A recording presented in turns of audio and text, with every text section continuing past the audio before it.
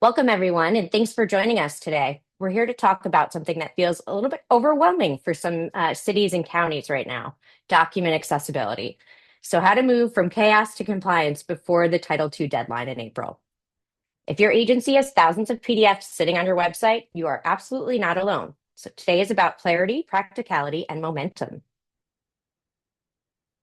My name is Ashley Burns. I'm a senior account manager here at Promet. I've been with Promet for 7 years now, working almost exclusively with cities, counties, and public sector clients.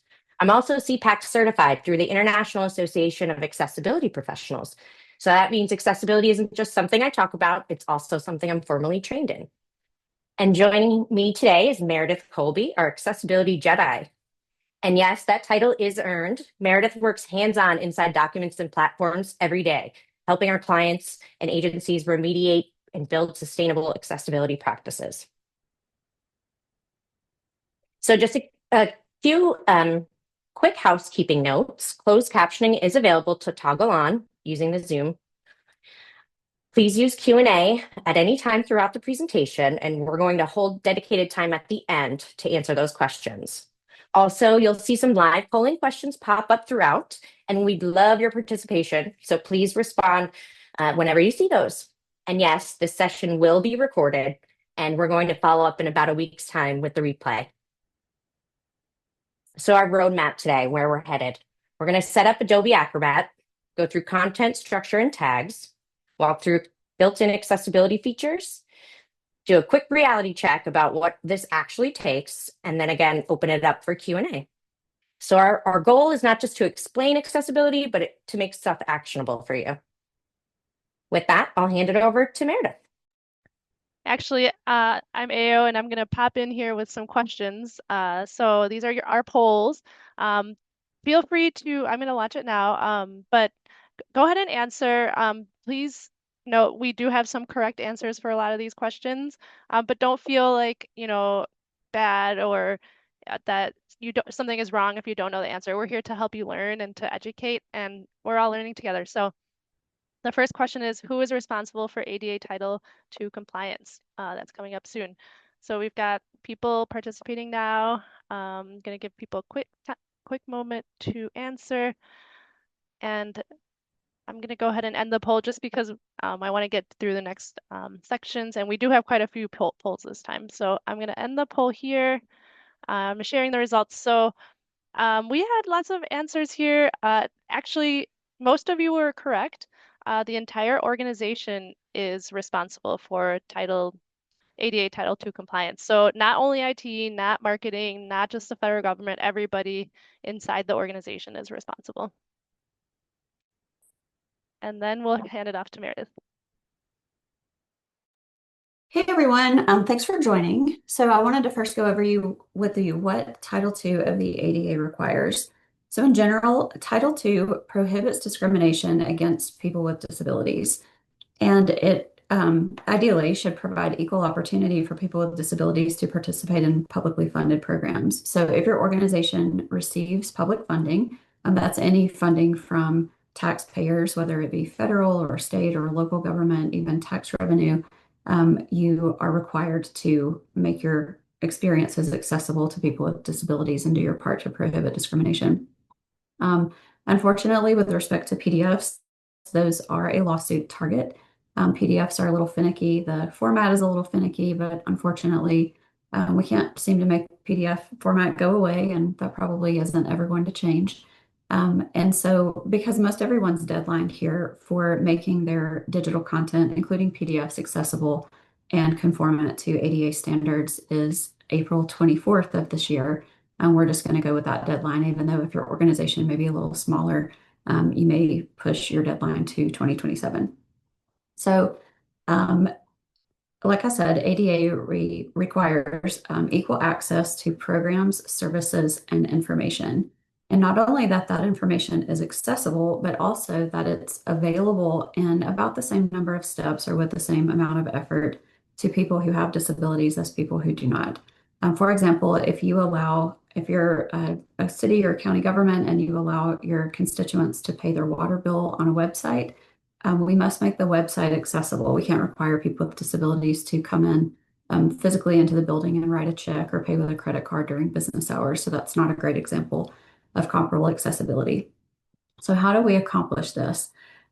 We build accessibility, we bake it into our policies, our processes, and our everyday workflows. And it is the responsibility when we are thinking about commercial off-the-shelf products like Microsoft Office software or procurement software, or maybe allowing people to check out library books digitally if you have that service in your organization. We, as buyers, are responsible for the conformance to ADA.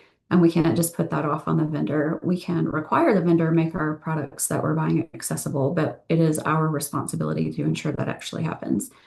And accessibility, as the poll question just said, is a shared responsibility across the organization. It's not just for legal or IT staff or marketing or communications. It is all of our responsibility. And unfortunately, this task is too big to fall on one person who might be appointed as the ADA coordinator. All right, next slide, please. All right, hopping back in with another poll. So let's get this one launched. Are we seeing the poll? Mhm. Awesome. Which statement is true about accessible portable document format? So PDF, we were just talking about it. Oops. I don't think that one went through. Let's relaunch. Okay, here we go. Is PDF only for users with disabilities? Does it help with mobile access and searching? Does it require advanced technical skills, or is it always take more time to create?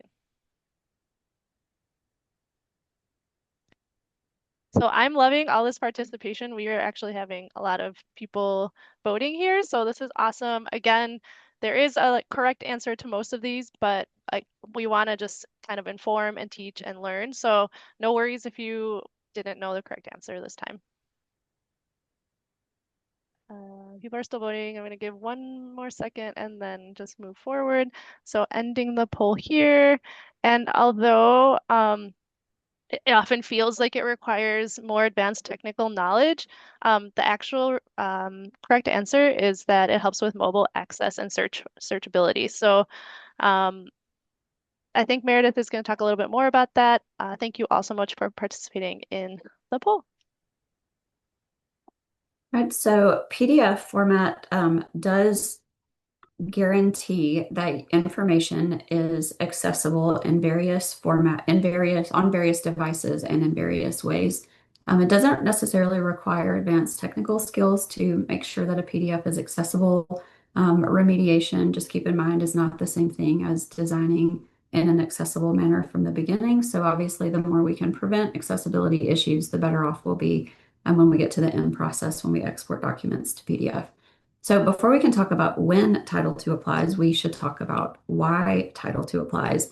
And the main reason is that PDFs are public services. They are part of how your agency or organization communicates with your customers, constituents, residents, students, whatever it is you call the consumers of your products and services.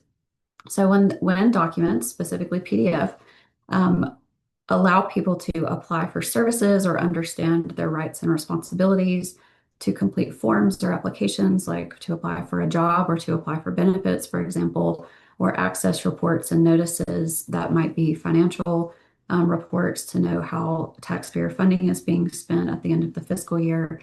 All of those things are examples of how the agency is required to communicate with its constituents, and we must make sure that they are accessible if we are, in fact, conveying that in PDF format. So next slide, please. All right, another poll. So I'm going to launch it here. Under Title II, digital content must be accessible to which of the following groups? So here we go. Only employees of your agency, only members of the public, people who request reasonable accommodations, or everyone who accesses or uses the content. Okay, great. Yeah, definitely getting a lot of participation in these questions. So awesome. Love to see it. And I'm going to end the poll now so we can all figure out what the answer is. And the answer is, again, everyone who accesses your site or uses it in any way, the content in any way needs to be able to access it um, accessible, access it in an accessible manner. Sorry for all the excesses. All right. Right. So again, just to follow up with what AO was just saying, um, accessibility is everyone's responsibility, and there is a misconception that accessibility and reasonable accommodations are the same thing, and they are not. A reasonable accommodation is how an employee or a student or a member of the public requests a specific accommodation for a specific need. And that's not the same thing as digital accessibility. So digital accessibility, Title II of the ADA or Section 508, for those of you who have to follow that also, is just a set of technical standards that we all have to do all the time. So it doesn't apply to everyone. Obviously, the more available your content is, the more risky it is to leave content that doesn't conform out to the public, but it doesn't just apply for public facing information, and it also doesn't apply just for information on a website. Okay, so with that said, PDFs are sort of like a building. We can have a fancy historic building with a really pretty stairwell, and the building can look great, but it can still be inaccessible.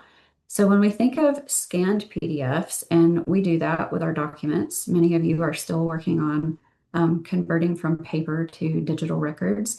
So a scanned PDF is sort of like a building that has stairs, but not a ramp, so everyone can't get in. If we think about people who use walkers or wheelchairs, maybe the door to an accessible restroom stall, but the door won't open because the stall is out of order, or a directional sign that's blurry or too small or has color contrast issues or is written in a language that not everyone can read. So accessibility really is about getting in and getting around, not necessarily what the experience or the building in this case looks like from the outside. So many of you may be wondering, what is a PDF anyway? What is a PDF? So a PDF stands for portable document format, and that just is a way of conveying information in a browser and device agnostic way. And the way in which we format PDFs require or allows the digital document to look exactly like the paper document. So most of us are familiar with a restaurant menu. Maybe when you look up a restaurant menu to see what the items are before you choose that restaurant, you look at it, and then when you show up in person at the restaurant, the paper menu that they place in front of you on the table looks exactly the same as what you saw earlier on the website. All right, next slide, please. So how do users with disabilities interact with PDF format? Many people use screen reading software like JAWS or VoiceOver or NVDA. And this screen reading software reads the content of the document or the web page out loud. Mostly people who are totally blind or who have limited residual vision use screen reading software, but it's not magic. It doesn't magically cover all of the inaccessibility features. So if you have a scanned PDF document that you haven't taken an active commission to fix or remediate for a user with a disability, their screen reading software is likely going to tell them that their document is blank, even though visually we can see that it has words on the pages. Right? Other users may use keyboard-only navigation. People who are blind and visually impaired who use screen reading software often don't use mice because it's difficult to see where the cursor is on a screen. So using only your keyboard or even an alternate input device like a switch or an ergonomic mouse with extra buttons on it, make formatting information in an accessible manner allows assistive technology like screen readers and keyboard only and switching devices to work with the content that people are trying to access. So other users who have visual impairments may use Zoom and depend on reflow. So PDFs can be set to reflow information, kind of in the way if you are looking at a web page on a desktop computer and you squeeze the window down and make it smaller, or maybe look at it on a tablet or a phone, it shrinks information down and restacks so that it makes it more user-friendly and doesn't require us to pan back and forth left to right. And then many people have a disability or a limitation that doesn't exactly rise to the need for requesting assistive technology software like the ones I just talked about as part of a reasonable accommodation, because we have many of these features built into our operating system, Mac OS, Windows, and iOS, and the Android platform.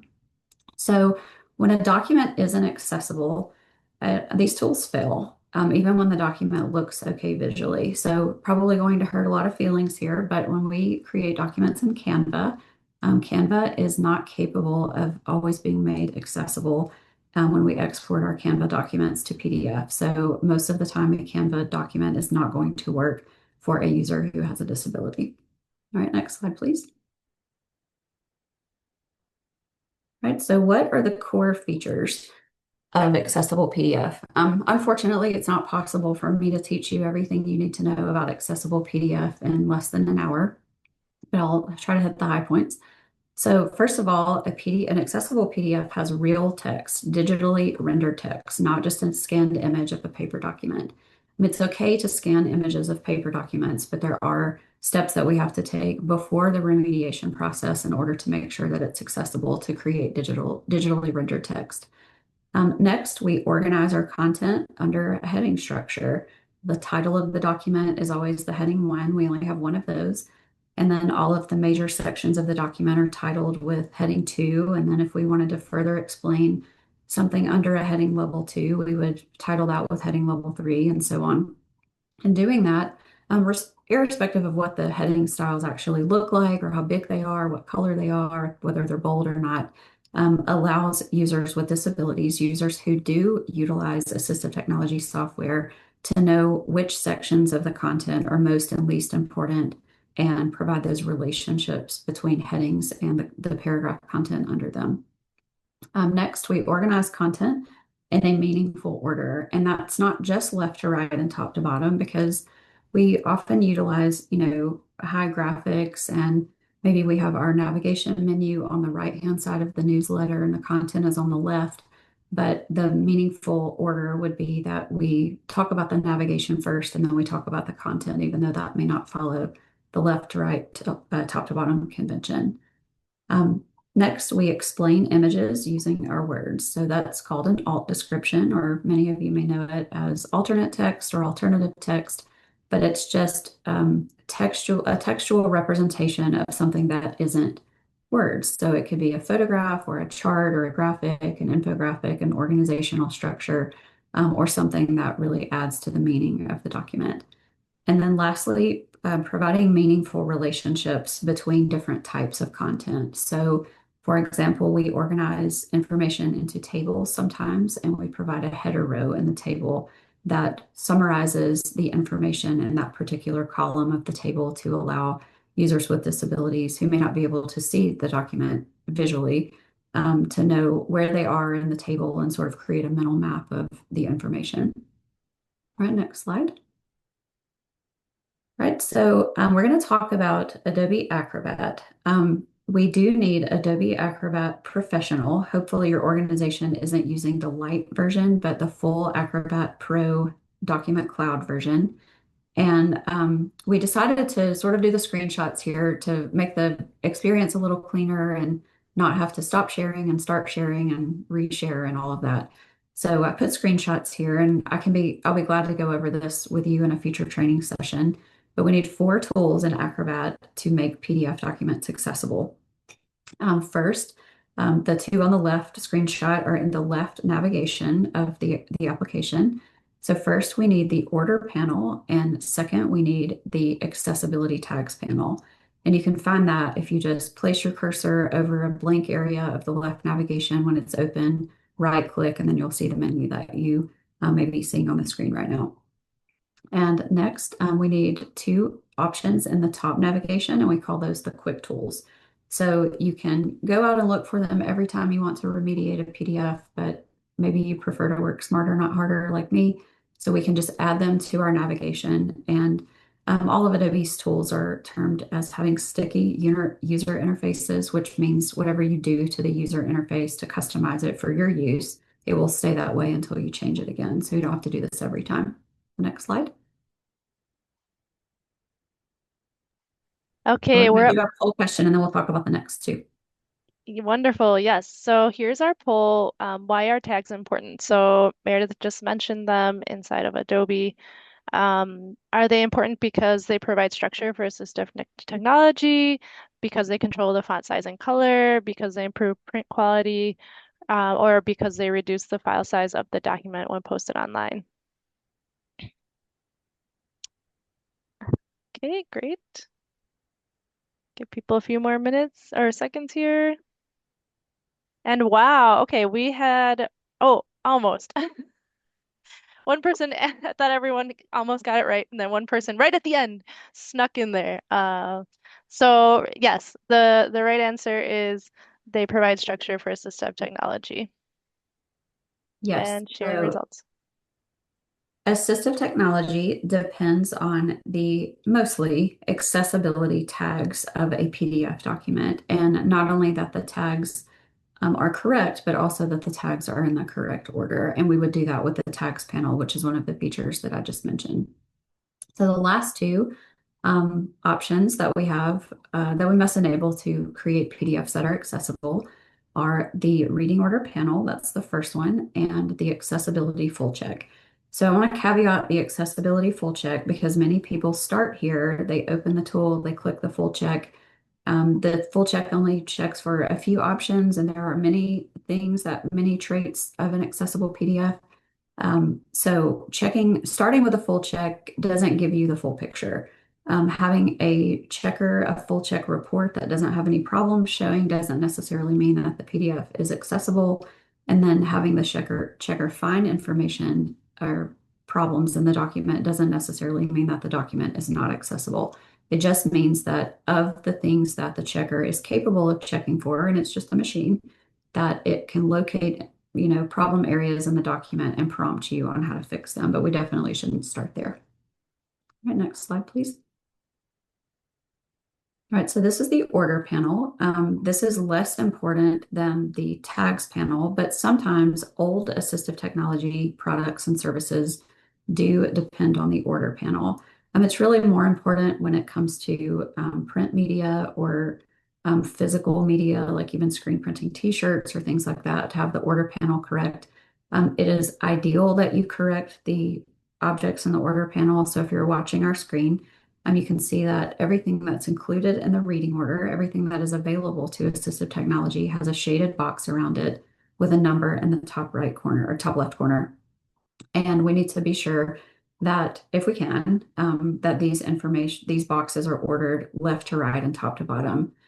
Doing that is more convenient for you as the remediator or you as the content author of the PDF document, because changing the order panel, changing the order of these shaded boxes will change the order of the accessibility tags, which makes it a lot faster for you to remediate PDFs. But just a caveat, just a word of warning, if you are exporting PowerPoint presentations or Adobe InDesign documents, if you start changing around the order panel, things may visually disappear from the page and then we have to go back and put them back. So don't worry about it if it's not possible for you to get it exactly right, but it is, I would suggest that you try. All right, next slide. Wonderful. Okay, back to a poll here. So best way to fix accessibility issues in a PDF. Let me launch it here. Launch. Okay, so what's the best way to fix accessibility issues in PDF? Is it an overlay or plain text version of the information on your site? Only in Adobe Acrobat can you fix it? In the source before it's exported to PDF, and or wait until you receive a legal complaint that tells you what problem to fix.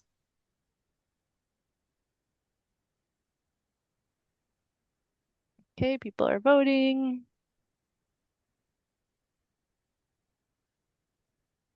Okay, great. I'm just gonna end the poll now.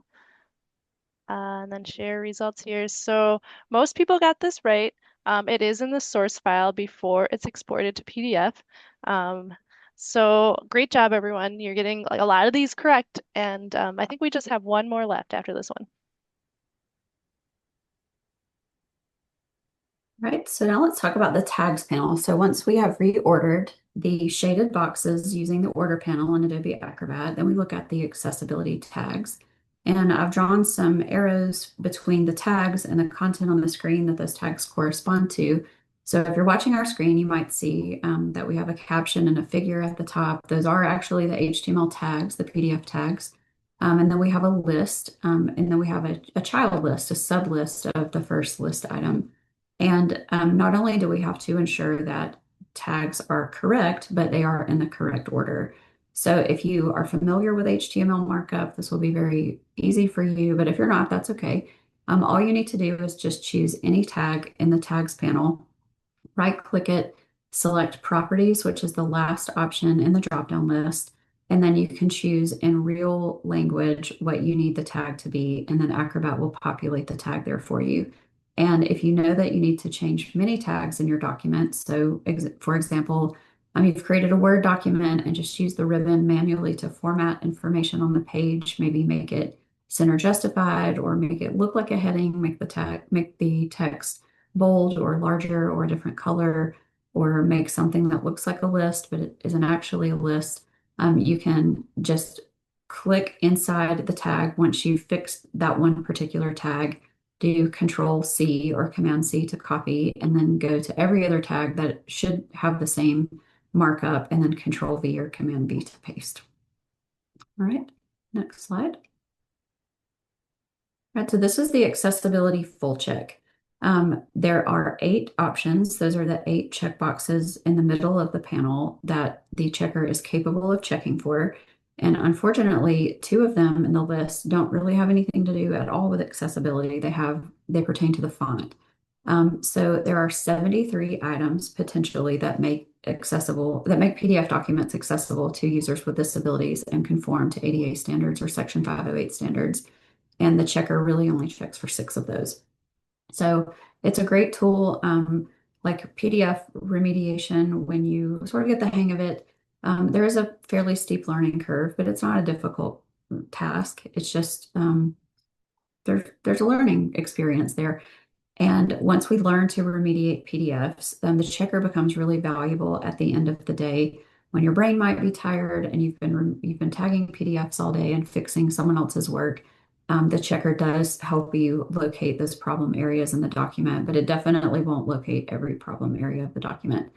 So if you open your tags panel, like we spoke about in the last slide, and you see no tags available, that means that a person who uses a screen reader, a type of assistive technology, is going to hear that your document is blank, even though clearly there is content on the pages.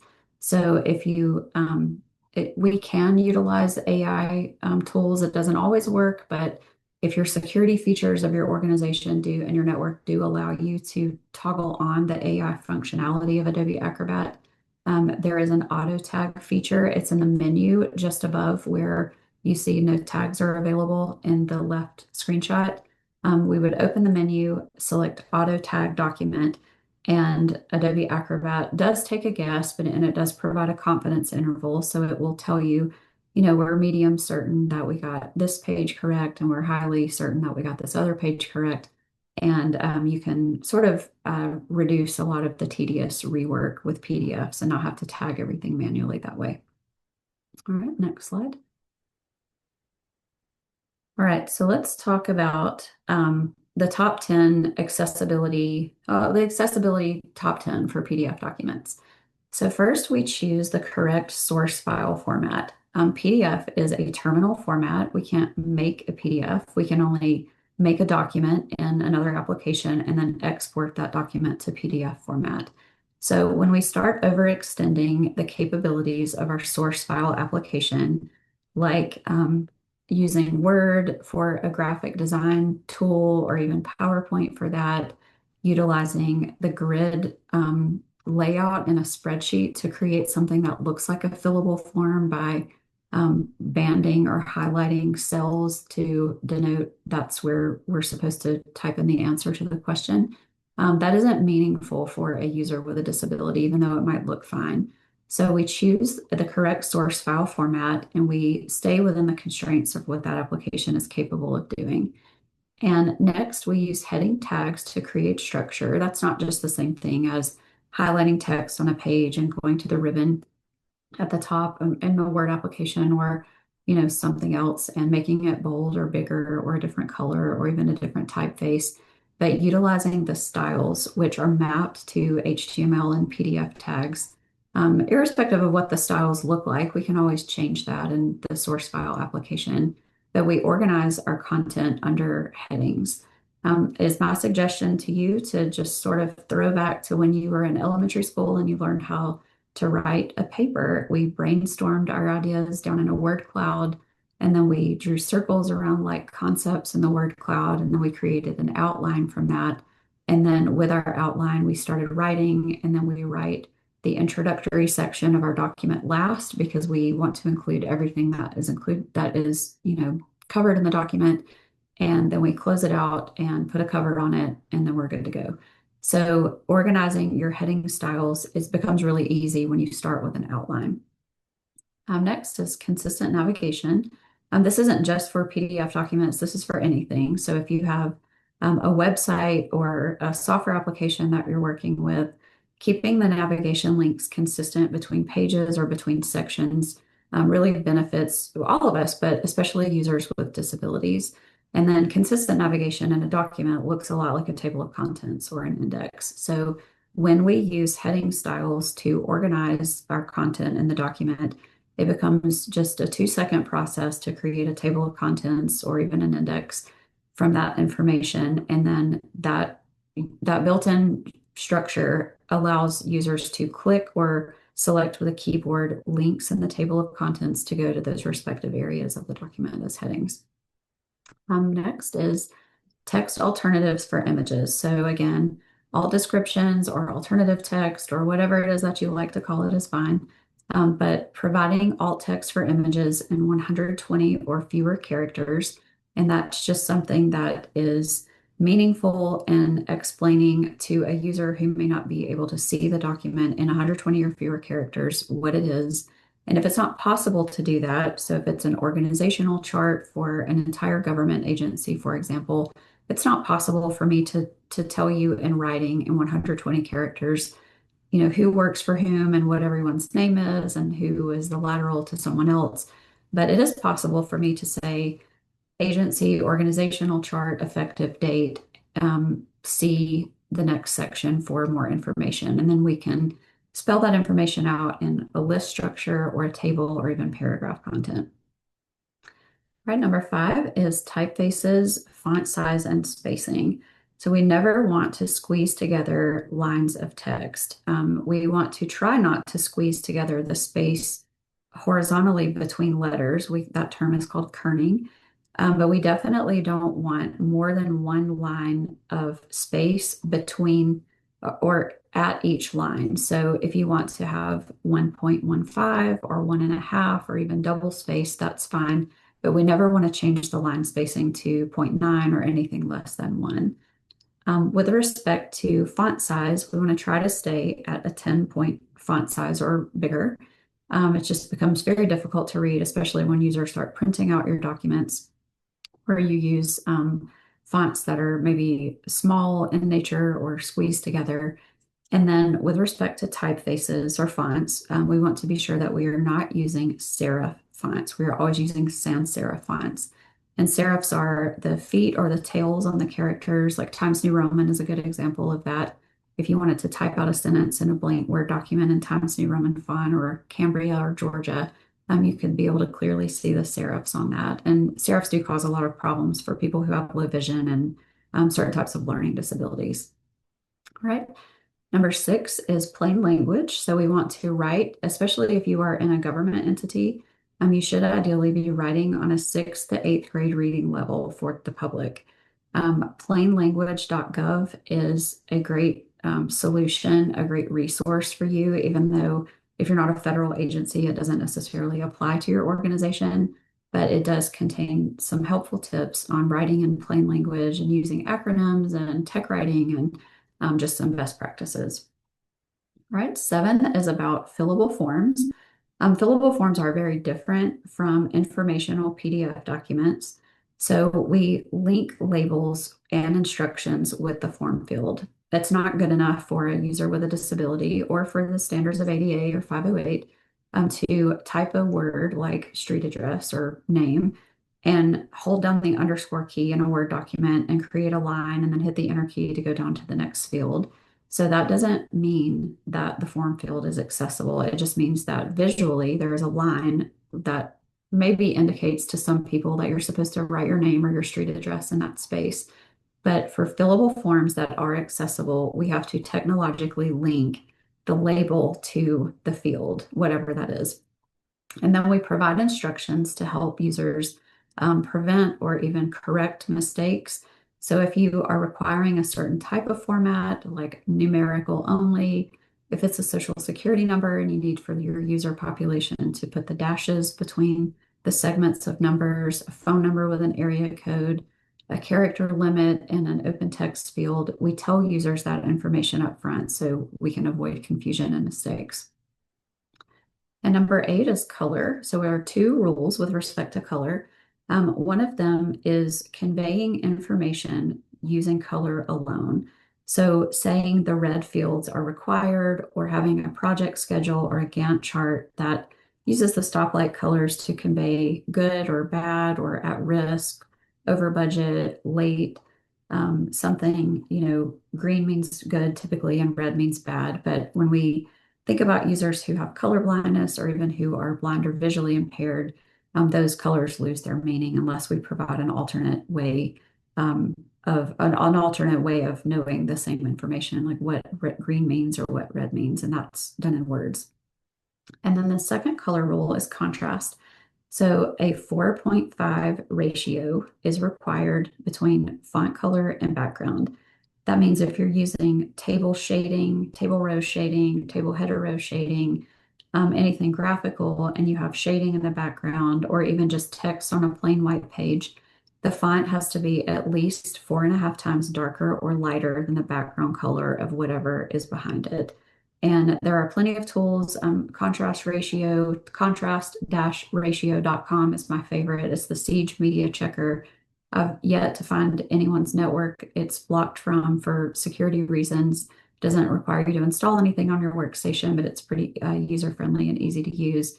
And when you enter the two colors and the number in the middle circle isn't at least 4.5, you know that doesn't work. All right, number 9 is symbol tables, each with a header row. If you are merging or splitting cells in your table, or if you're using a table for layout purposes to just visually space apart information on a page, that table is unlikely to be accessible. So keep our tables simple. If you have complex tables with merged or split cells, a lot of blank rows and columns, then it's best to piece those apart and create separate tables, each with their own header row. And then lastly, utilizing AI and automation tools like the accessibility checker that's ongoing in Microsoft Office documents, Adobe source file formats like Adobe InDesign have a little bit of that, and then the accessibility full check in Adobe Acrobat that I've already spoke about. All right, next slide. Thanks, Meredith. Real quick, someone asked in the chat, what was the color contrast site again? Can you say that one more It's time? contrast-ratio.com. Ratio dot. All right. Thank you. Sure. So I'm going to pass it over to Ashley, and we're going to ask for your participation here, and Ashley's going to maybe clarify some of the options in the poll. Yeah, thanks, Meredith. So maybe you haven't started yet, right? And so that's okay. The first step isn't remediation right away. It's prioritization and planning. So you have to inventory what you have, what matters most, and what the risk is. So we actually offer a free 30-minute consult too, if you need any assistance with that. We'd love to help you address any gaps you may have. Next, if you're thinking we started, but we're stuck, very common place to be. You are not alone. Usually that means one of two things. So you may need some support with hands-on remediation, or maybe you could benefit from a training. We know a great trainer. And then third, if you have a process, but it can't scale, that's an automation tool conversation, perhaps, if you don't already have one. So again, just trying to see where everybody's at before we open it up to Q&A. Yep, thanks, Ashley. So some stragglers here voting, but it kind of looks a little bit like people are all over the place, like in all kinds of buckets. So many people haven't even started yet. Some are stuck, and some are in the process but can't scale. So looks like, nobody's alone. Everyone is in every, possible location they could be right now. And that's okay. It's great to hear like where people are at. The important thing is that we are working to make everything more accessible for the deadline. And in general, we do want, everyone to be able to access things online. We're really passionate about that at Promet Source. Absolutely. And beyond, right? Just because the deadline comes doesn't mean it stops there. Exactly. So, Yep. Actually, there is before I continue on this slide, there is a question about who to contact for the 30-minute call. If you want to address that really quick, and then I can go on. yeah, absolutely. You can reach out to me, A Burns at Promet Source. I could share that in the chat. You can also reach out to Ignite at Promet Source. And I know we'll be sharing our contact info along with the slides as well as the recording. Thanks, Meredith. Sure. All right, so if you want to get out your phone and scan the QR code that's currently on the slide, that will take you to some next steps and just a free resource guide and a couple of links. And just as a reminder, if you have 50,000 or more people in your organization, your deadline to meet ADA is about 2 months away. It's April 24th of this year. There is a time crunch. If you need help with remediating PDFs, we do have the Magic Easy button.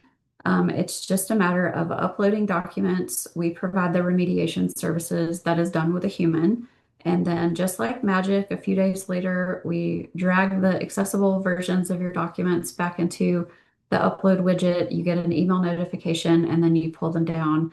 And it's sort of like picking up takeout from a really great restaurant and putting it in your own dishes in your home and serving it for dinner just as if you cooked it, which is perfectly acceptable. So if you need help catching up, obviously you should be doing this yourselves eventually, but this is a pretty steep learning curve, and many of you have documents that are like very old and even statutorily required for you to keep out in the public domain for a certain period of time. If you're from Florida, you have the Sunshine Law. Many of us know what that is, and Florida certainly isn't the only state that has something like that. So if you need help catching up and getting to a better place and then learning a better process moving forward with templates or training, that's the educational and information bullet point on this slide. So while you are learning, we can be remediating and then catch you up to square one. And then going forward, you are producing accessible content. And then we just don't drop you at the end of the training process. We have consulting hours that we can provide to you so that you and your staff have people to call and say, I forgot what you said about how to create headings, or I don't know how to do alt text descriptions, or maybe even my documents are finicky and they're not following the rules. We have people here who can answer questions like that. So how do you get started? So what are the next steps? First, you inventory your documents. And my suggestion is to put the public facing ones at the top of the list. And then you probably have more than 50 public facing documents. Most of us do. But we would pull some analytics from your website to pull the top 50, and that's the top 50 most visited web pages and the top 50 most downloaded documents or forms or forms. And then we would match the public facing with the public facing documents in the top 50, and that's where we would start. And then we would continue down the list. So definitely don't start from 50 years ago or even 10 years ago. We want to start fresh moving forward in the correct, accessible, user-friendly, clean, efficient way as we continue to produce information. And then as time and resources permit, we go back and remediate, beginning with yesterday and then last week, and then hopefully we eventually get back to 50 years ago. So when we do an inventory of our content, and we have to decide whether to replace, retire, reformat, or remediate that content.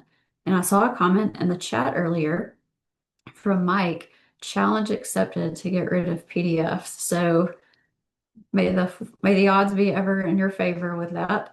It is possible to convert PDF content to HTML, like a fillable form, for example, should ideally be a web form if it's hosted on a website. But maybe things are old and it's just been forgotten about out on your website, we can get rid of that. We can archive it or retire it. With respect to the deadline coming up in April, please do not add a caveat to the document that says this is old and we're only keeping it for archiving reasons, because then you've closed the loophole for your organization to be able to archive that because you've changed it. So per the law, you've made it brand new when you do that. So we want to avoid that workaround. All right, so next we create an accessibility program and we assign roles and responsibilities. For you, if you remember in one of the earlier polls when we first got started today, AO spoke about it. This is everyone's responsibility. So everyone has a role with digital accessibility. If you are everyone's a content creator. So we all do documents, we all create content, not all public facing, but we are all content authors. Some of us also manage people, some of us manage contractors, some of us buy things, and we each have our own designated roles and responsibilities with respect to conforming to ADA. Next is to build accessible templates. So if you hang out with me for much longer, you are only going to hear me say templates about 5,000 more times. It is not necessary that you allow all of your employees in your organization to start from a blank Word document. We should be using templates, and accessibility should be baked in and not caked on to those documents. So as long as we don't break the accessibility features of the template, then the documents remain accessible for years to come, even when we export them to PDF. And then the educate and inform probably is the most important bullet point here. So we have to teach people how not to break the templates. We have to teach people what the rules are and create better habits in our organization for producing digitally accessible content going forward. And we do that with training. Sometimes that's classroom training. Sometimes it's on-demand training in a SCORM format for you to upload to your learning management system, whatever that is that you use. And then we are, as part of this webinar, offering a discount for the first 3 organizations that schedule classroom training. So this is you gather your staff, whomever you choose, whomever you have designated for that. We all sit in a room together and we talk about accessibility in general, and then we talk about accessibility specific to your organization. You can bring your own documents if you'd like. We actually do sort of a lab format or a come and go format called BYOD, or bring your own document, that just allows people to bring their own files, and maybe files that they're just getting started with that aren't complete yet, and make some adjustments with respect to accessibility, and then move forward and finish those and produce an accessible PDF from that.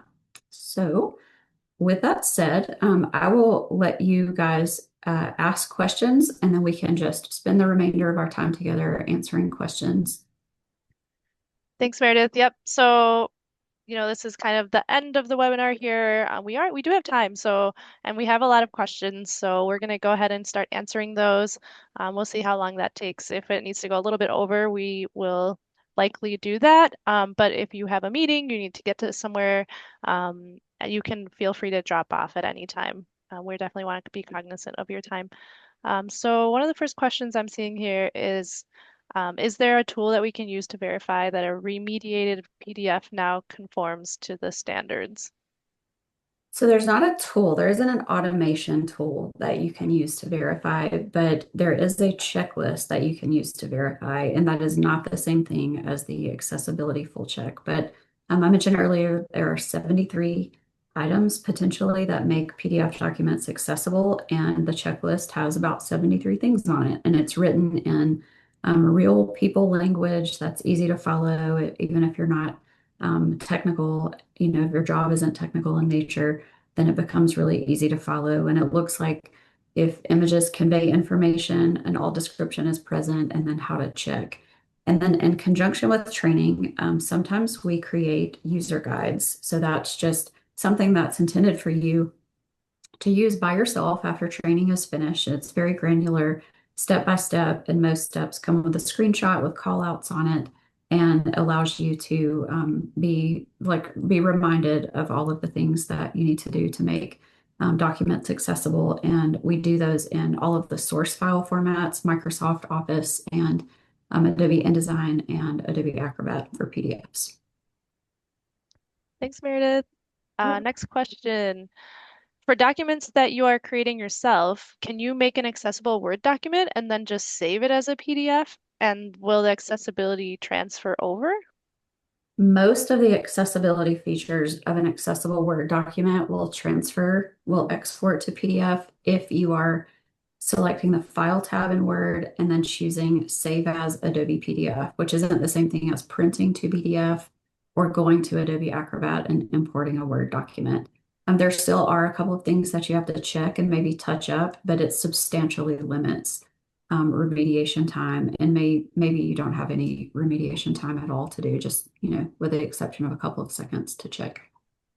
Nice. I did not know that. That's interesting.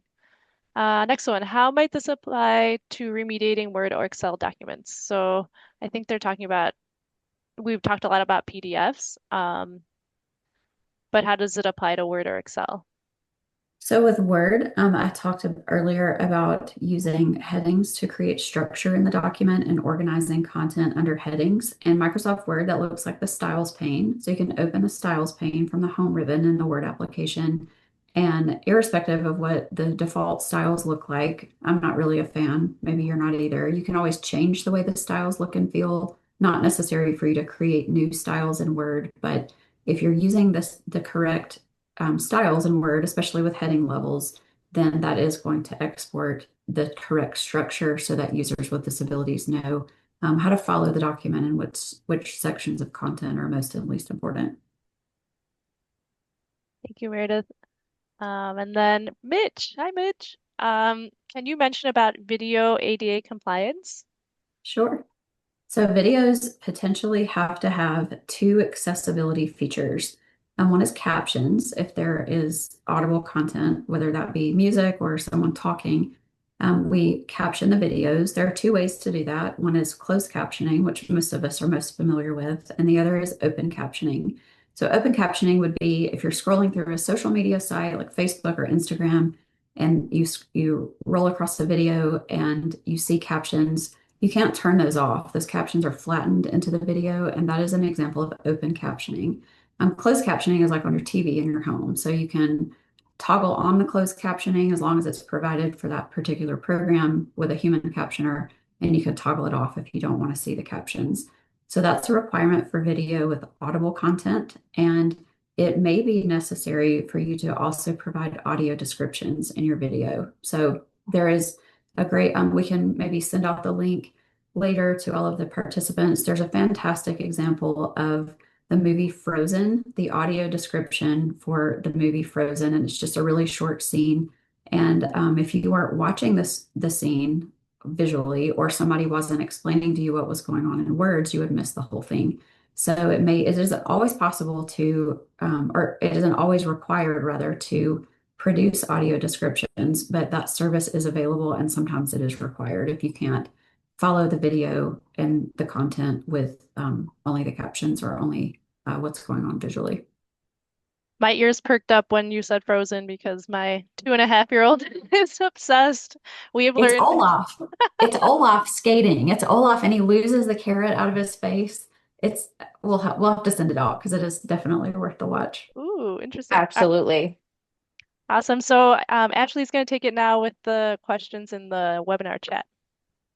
Yeah, it looks like we have a few of those too. So the first one we have from Missy. When you say 50,000 in your organization, that's not how many customers you serve, it's employee size. That's population size. So if we're thinking about a city or a county, that's population size. So how many people live there? Which most are going to be over 50,000. Correct. So unless Yeah. you're from a really small town, you're probably in the April 2026 deadline. Right. All right. Umberto. Hi, Umberto. Can you address the exceptions mentioned in the section 35.201 of the ruling exceptions? It's a good Yeah. one. I can look that up for you and make sure that I'm telling you the right thing. So bear with me really quick. Do we want to move on to the next question and then we can go back Sure. to Umberto? Okay. Sure. Deborah Jennings. In a previous training, we were told to only use export to PDF and should not use save as PDF. What is the difference? So Save as PDF actually exports all of the accessibility features of Microsoft Word, most of that being the alt text for images and the styles, the HTML markup that is created when we use the styles in the styles pane. So we would never want to print to PDF. That's just taking the visual content from the pages. And when we print an accessible Word document to PDF, and then we open that PDF in Adobe Acrobat, you will see the same thing that you saw in my screenshot earlier, which says no tags available. So that entire document will have content on the pages, but it will not be available to users of assistive technology. So just All to be right. clear, which one is the one we want to do? We want to do File, Save as Adobe PDF. Save as. Got it. Save as versus export. Correct. All right. I don't, depending on what application you're using, I don't, export probably won't be a choice. I know that your options may look a little different if you do not have Adobe Acrobat Pro installed on the same workstation. Your options may be a little different. So if you only see export, it may be because you don't have Acrobat Pro installed. When you install the software, those options will change in Word. But exporting to PDF versus printing to PDF might work for you depending on what application it is that you're exporting from, but definitely no print to PDF. All right. All right. Next one is the Pack Accessibility Checker, a good tool for remediating PDFs. We have documents marked as fully compliant in Adobe Pro, but when we run them through Pack, new errors or warnings appear. So that is likely due to the limitations of the Adobe Acrobat Full Check. Pack is going, I'm not really a fan of the Pack tool just because I don't like the user interface. Not to say that it doesn't work, but it is going to find more problems.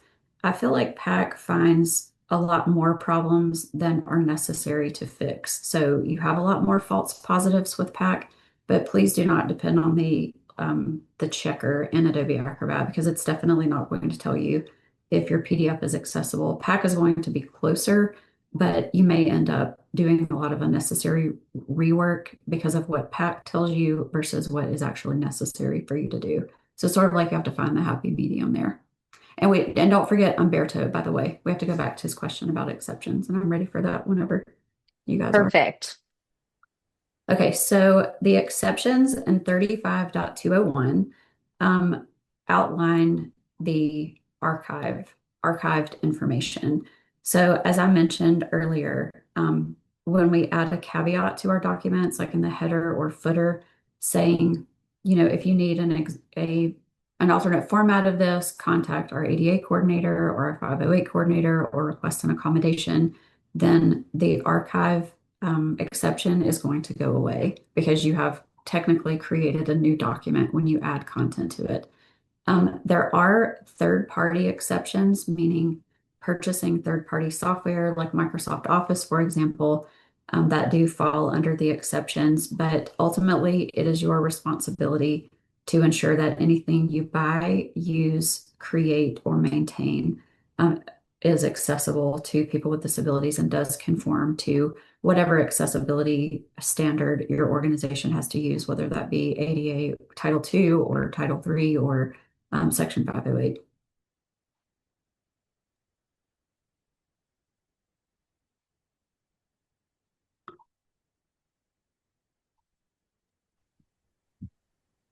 Do we have any more questions in the webinar chat, Ashley, that you wanted to go over? Not in the chat. Looks like we may have one more in the Q&A. Okay, let's see. Someone asked, I don't have Adobe Pro and my Wordist still lets me save as PDF. It just doesn't say Adobe PDF. That's why. Okay. So there are lots of versions of all of these tools, and yeah, unfortunately, if it's like an older one, it might have different options. I think Meredith is pretty good with the different versions, but I think for that one, do you know if it would be accessible or would you have to take a look? You would have to take a look in Adobe Acrobat at the PDF format of that document. Perfect. And then Diane just did ask something about PowerPoint accessibility in the chat. She says that they get a lot of PowerPoint from vendors and asks how are PowerPoint presentations made accessible. So PowerPoint has its own set of accessibility rules. Mainly, you would accomplish that with using the master slides. So instead of like the slide that you may be looking at right now, the curved shape in the left panel, that is an image, but it doesn't convey information. So it doesn't need an alt description. It doesn't need to be visible to assistive technology. It's just there to be visually interesting if you might be looking at it, but doesn't change the content or the meaning of the slide. So we would, in PowerPoint, put this in the master slide in the background so that it's automatically eliminated from assistive technology. And then if you export that to PDF, it automatically goes in the background and there's nothing that you need to do with that image, where the QR code is an image that conveys information, so it would need an alt description. You could add that in PowerPoint. Ideally, you would choose to do that. And then when you export the PowerPoint presentation to PDF, the alt description for the QR code or whatever image conveys meaning does carry over versus printing to PDF. So with respect to a vendor, it isn't necessary that you redo a vendor's work. Speaking on behalf of AO and Ashley, we are vendors. We sell our products and services, and that's how we make a living. And it is our responsibility, should our clientele require it, for us to do what is necessary and to meet the needs of the client. And accessibility is one of those. So you could absolutely require your vendors, your customers, your people who you are granting permits to or even grant funding to produce accessible formats and then refuse to accept inaccessible formats. So it's definitely not your job, Diane, to redo all of your vendors' PowerPoint presentations. This isn't a well-kept secret. There's plenty of information out in the public domain about how to make PowerPoint and other formats of documents accessible. And you could point your vendors in that direction, but mostly put into your statement of work and their contract what they're required to do. Awesome. We got another one on the chat. Okay, so we are 2 minutes over. So if you need to drop, feel free to do so. Thank you so much for joining us today. And then we do have one more other question from Mitch here. So we'll get to it since we can. Does ADA compliance in Title II extend to other applications in use by local government beyond just web pages? For example, like internal applications, ERP, work order software, etc. Yes, it does. So any digital product that you use, purchase, maintain, or develop must be accessible. It is my advice to you to fix the public-facing information first, but it absolutely applies to internal processes, recruiting and hiring people with disabilities, software, web applications, documents, mobile apps.